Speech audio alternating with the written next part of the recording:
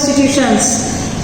Myself Jyoti Mishra and I am your history teacher. Now start from Mohammad बिन तुगलक। इसके previous video में हमने आपको जो है वो मिडिवल इंडिया, द दिल्ली सल्तनत, जिसमें हमने डायनेस्टीज के बारे में बताया। मैंने बताया स्लेव डायनेस्टी में कुतुबुद्दीन ऐबक, इल्तुतमिश, रजिया सुल्ताना एंड द बलबन के बाद थोड़ा सा जो है वो स्लेव डायनेस्टी थोड़ी सी वीक हुई और जिसको हैंड आया किसके, जो है वो खिलजी डायनेस्टी के। खिलजी में अलाउद्दीन खिलजी के बारे में हमने पढ़ा, किस तरह से अलाउद्दीन खिलजी ने बहुत सारी विक्ट्रीज के साथ में बहुत सारा रिच और पावरफुल हो गया। उसने बहुत सारे टैक्सेस लगाए, जिसमें लैंड रेवेन्यू भी था। उसने मेजर की नॉबिलिटी को और लैंड रेवेन्यू के साथ में उसने बहुत ज़्यादा जो है वो रेवेन्यू को बहुत ज़्यादा कलेक्ट किया और अपने आप को मोर रिच और मोर पावरफुल बनाया। बट उसके बाद धीरे धीरे करके उसकी डेथ के बाद जो सल्तनत थी, खिलजी सल्तनत, वो भी बहुत वीक होती गई और उसको तुगलक डायनेस्टी के गाजी मलिक ने हैंड ओवर कर लिया और अब आ गई Tughlaq dynasty. The time of the Tughlaq dynasty 1320 to 1414 and now Ghazi Malik known as the Ghiyasuddin Tughlaq. Ghazi Malik को गियासुद्दीन तुगलक के नाम से भी जानते हैं। He rule for 5 years and passed away in 1324। बहुत कम टाइम के लिए वो आया और 1324 में पास्ड अवे हो गया। When a pavilion built to honor him collapsed. He is known as the founder of, और हम उसे फाउंडर ऑफ तुगलक डायनेस्टी भी बोलते हैं क्योंकि उसने ही तुगलक डायनेस्टी को फाउंड किया था। अब इसमें जो मोस्ट इंपॉर्टेंट रूलर है वो है मोहम्मद बिन तुगलक, जो कि 1324 से लेके 1351 तक रूल किया उसने। He has been unkindly called by historian the wisest fool. उसको जो है ये बहुत इंपॉर्टेंट चीज़ याद करने वाली है कि मोहम्मद बिन तुगलक बहुत ज़्यादा वाइज था, बट उसको जो हिस्ट्रिशियंस हैं उसको किस नाम से बुलाते हैं, द वाइसेस्ट फूल, क्योंकि उसने जितनी भी पॉलिसीज, जितने भी रूल्स और जो भी उसने जो है इम्प्लीमेंट किए थे, जितने भी मेथड्स किसी भी चीज़ के, वो बाय द चांस सारे फेल हो गए, इसलिए उसको द वाइसेस्ट फूल बोला जाता है। He was a great scholar, mathematician, philosopher, yet he failed in implementing his ideas. उसके बाद भी उसके सारे आइडियाज जो भी उसने इम्प्लीमेंट किए थे वो फेल हो गए।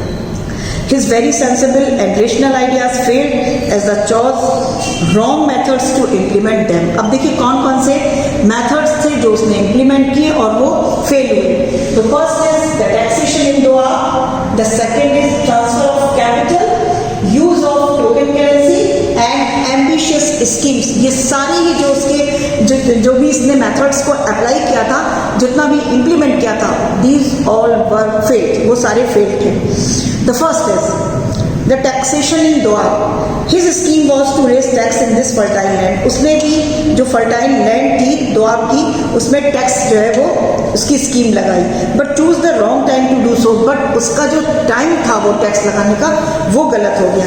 The area was suffering from famine. उसी समय पर उस एरिया में एक बहुत बड़ा फेमाइन आया था और उसी समय पर उसने टैक्स को रेस कर दिया। तो उससे क्या हुआ, angry peasants refuse to obey the king and the sultan ordered his officer to crush the peasants rebellion and they did it very cruelly. और तो क्या हुआ, जो पीजेंट्स थे उन्होंने टैक्स को देने के लिए मना कर दिया और इससे जो किंग था उसने अपने ऑफिसर्स को भेजा ताकि वो पीजेंट्स की रेबेलियन को कुछ शांत कर पाए। और जो ऑफिसर्स उसके गए थे उस रेबेलियन को शांत करने के लिए, वो उन्होंने इतनी क्रुएल्टी दिखाई, इतना ज़्यादा क्रुएल्टी दिखाई कि many people died before the sultan realise this folly. और जैसे इसको सुल्तान को अपनी जब तक गलती या अपनी बेवकूफ़ी पता चलती तब तक बहुत लोग मारे जा चुके थे। Much damage was done to the farmers, to agriculture and sultan's reputation by them. सब चीज़ें डिस्ट्रॉय हो चुकी थी, सुल्तान की रेपुटेशन भी और बहुत सारे फार्मर्स की एग्रीकल्चर भी। तो टैक्सेशन लगाना गलत नहीं था, बट द टाइम ऑफ जो टैक्सेशन था वो रॉन्ग हो गया, उसकी वजह से वो फेल हुआ। The second is the transfer of capital. The sultan decided to transfer his capital. उसने अपनी कैपिटल को ट्रांसफर करने का डिसाइड किया फ्रॉम दिल्ली टू देवगिरी। पहले दिल्ली थी, वो देवगिरी को अपनी कैपिटल बनाना चाहता था साउथ में। अब Delhi was the too close to the north west frontier from where the Mongols attack regularly, but जो दिल्ली थी वो ज़्यादा सुटेबल थी क्योंकि जो नॉर्थ और वेस्ट के फ्रंटियर से जो मंगोल्स अटैक करते थे वो वहाँ पे दिल्ली पास पड़ता था। The policy was sensible, policy sensible थी, but he ordered the entire population of Delhi to shift to the new capital. But problem क्या थी कि उसने दिल्ली के सारे पॉपुलेशन को देवगिरी ट्रांसफर होने के लिए मजबूर किया। That was the problem. Rename the Daulatabad due to lack of transport, और क्या था, ट्रांसपोर्टेशन बहुत कम था, and other amenities many people die on the way. और इस ट्रांसफर में, कैपिटल ऑफ ट्रांसफर में बहुत सारे लोग रास्ते में ही मर गए। He ordered his people to return when he found people didn't like it, और जब उसको ये लगने लगा कि अब लोग परेशान हो रहे हैं, नहीं आ पा रहे हैं, देन उसने फिर से एक डिसीजन लिया कि दोबारा से सब देवगिरी दौलताबाद से सब क्या करेंगे, फिर से दिल्ली जाएंगे। He also saw that he could not defend Delhi from too far south, not only the people suffered, the southern kings seized this opportunity to establish a new kingdom in the south. The Bahmani and the Vijayanagar kingdoms were founded after the emperor's return to Delhi. अब देखिए third क्या था, अब ये भी उसका fail हो गया क्योंकि उसमें बहुत सारे लोग मारे गए। यूज ऑफ टोकन करेंसी, उसने टोकन करेंसी को in the Muhammad time a silver coin called the tanka, उसके टाइम पे एक सिल्वर कॉइन जिसको हम लोग टंका बोलते हैं, वो जो है वो उस समय पे जाना जाता था, सर्कुलेशन में था।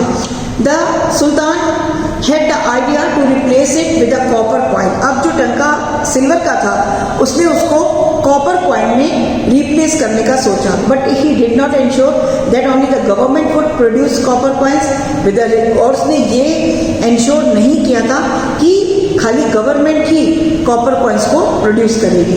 तो उसका रिजल्ट क्या हुआ, people started making copper coins at home and the market was flooded with fake copper coins. मतलब उसने कॉपर कॉइन्स तो स्टार्ट कर दिए, बट उसने ये क्लियर नहीं किया था कि कॉपर कॉइन्स को सिर्फ गवर्नमेंट ही बना सकती है। तो क्या हुआ, हर लोग, हर पॉपुलेशन जो थी, सारे व्यक्ति अपने घर में जो है कॉपर कॉइन्स बनाने लगे, और जो मार्केट थी वो फेक कॉपर कॉइन से फ्लड हो गए।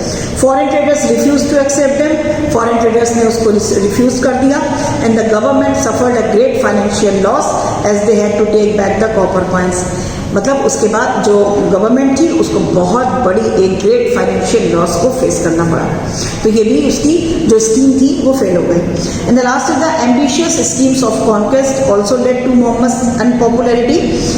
ही मेंटेन्ड अ ह्यूज आर्मी, उसने एक ह्यूज आर्मी को मेंटेन किया to conquer the central Asia. Central Asia को कॉन्कर करने के लिए उसने एक ह्यूज आर्मी को मेंटेन किया। The army was paid a huge salary for a year but was later disbanded. He tried to conquer places in Himachal but had to abandon the idea after great financial losses, और financial losses की वजह से उसके सारे ideas fail हो गए। All his schemes emptied his treasury, his prestige suffer, उसकी सारी जो ट्रेजरी की स्कीम्स थी वो सब एम्पिटेड हो गई, उसकी जो प्रेस्टीज थी उसको भी सफ़र करना पड़ा। And there were many rebellions in his kingdom, और उसकी किंगडम में बहुत सारे रेबेलियंस जो हैं वो आ गए। तो इस तरीके से हमने देखा कि किस तरह से जो मोहम्मद बिन तुगलक था एक वाइसेस फूल था जिसने कि अपनी सारी स्कीम्स को जैसे भी इम्प्लीमेंट किया सारी स्कीम्स उसकी फेल होती चली गई। That's all for today. आज हमने मोहम्मद बिन तुगलक के बारे में पढ़ा। इसके पहले हमने खिलजी डायनेस्टी से अलाउद्दीन खिलजी को क्लियर किया था। इस तरीके से हमारा द दिल्ली सल्तनत जो चैप्टर है इसमें हमें सिर्फ इतना ही पढ़ना था,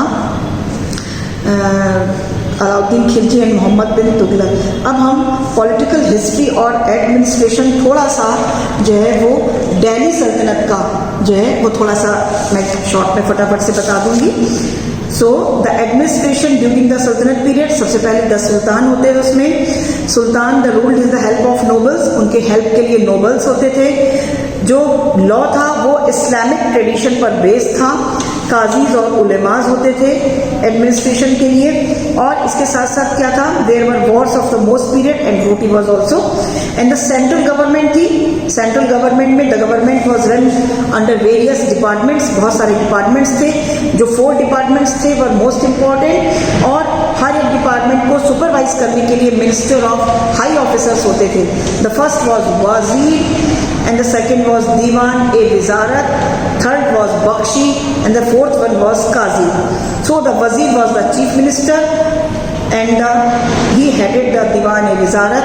Bakshi was the paymaster of the army, and the Qazi was the chief justice. Justice was based on the Islamic law. The department of Diwan-e-Insha looked after the state correspondence, and Diwan-e-Risalat looked after religious affairs and education. फिर provincial government में आ जाइए. The provincial government defended the same set as at the center. वहाँ पर भी same था.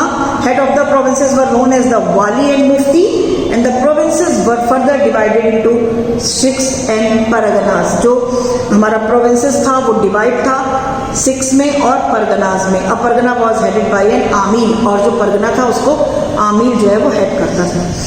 इसी के साथ साथ the land revenue was the most important source of the income of Delhi sultanat. So they were particular in keeping the land control in the efficient hand. Some of the land was reserve for the sultan, कुछ तो सुल्तान के लिए reserve होती थी. Revenue from such land was use to sultan's personal expenses. There was a separate agriculture department also, diwan e amir kohi, and which looked after the collection of land revenue. इसके लिए एक अलग था. Patwaris helped in the land revenue collection. So that's all about the administration during the Sultanate period. इस chapter में बस इतना ही है. हमें मोहम्मद बिन Tughlaq, Alauddin Khilji and some political and administration of the Delhi Sultanate ही पढ़ना है. That's all for today. Thank you. Have a nice day.